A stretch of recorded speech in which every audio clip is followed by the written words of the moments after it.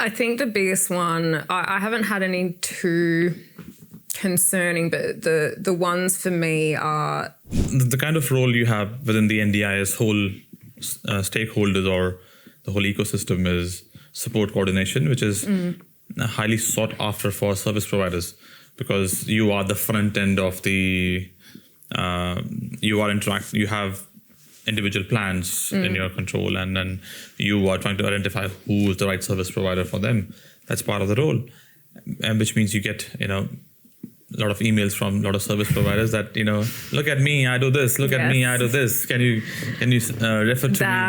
That is, and I apologize for anyone who maybe does this, but it's my biggest pet peeve. I really do not like when I get a message on LinkedIn from someone saying, oh, I actually got one the other day. Hi, we're a new service provider. Let's look at ways maybe we can share referrals. No, absolutely not. It's my pet peeve.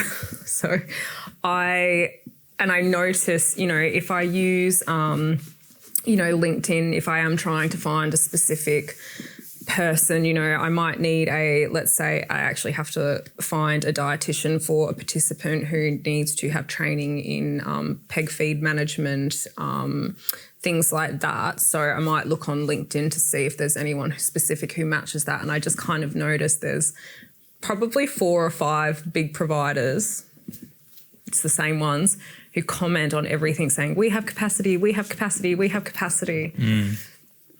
Okay, you might, but... Is it appropriate? Yeah, no. And I find, I have gone to some of these providers before, and I remember once I needed a functional capacity assessment and one of these big providers, oh, we can do it. This report came to me and it was the most poorly written. You could tell things had been copied and pasted. The person's name was completely different, so I could tell things have just been copied from another report. I basically rewrote the report and sent it back and said, can you please actually fix this and not charge our client either? It's very obvious which providers are looking at participants as financial commodities when they,